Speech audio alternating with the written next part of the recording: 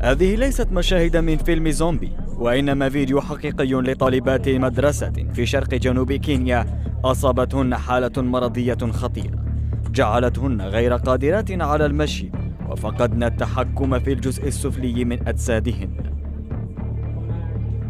وسائل إعلام محلية قالت إن 95 طالبة بمدرسة شمال غرب نيروبي أدخلن المستشفى جراء المرض الغامض لتلقي الرعاية اللازمة، وتم إغلاق المدرسة لأجل غير مسمى، فيما لم يتم الإعلان بعد عن طبيعة المرض الذي أصاب الطالبات.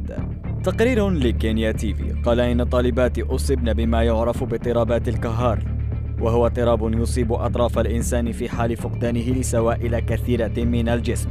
ورجح خبراء آخرون أن الفتيات أصبن بمتلازمة غيلان باريه، وهي عبارة عن ضعف عضلي سريع الظهور يحدث نتيجة لضرر في الجهاز العصبي. غير أن آخرين قالوا لوسائل إعلام محلية إن الفتيات يمثلن للهروب من الامتحانات القادمة، فيما يتم تحليل عينات من دم المصابات لتحديد السبب الحقيقي في هذه الظاهرة.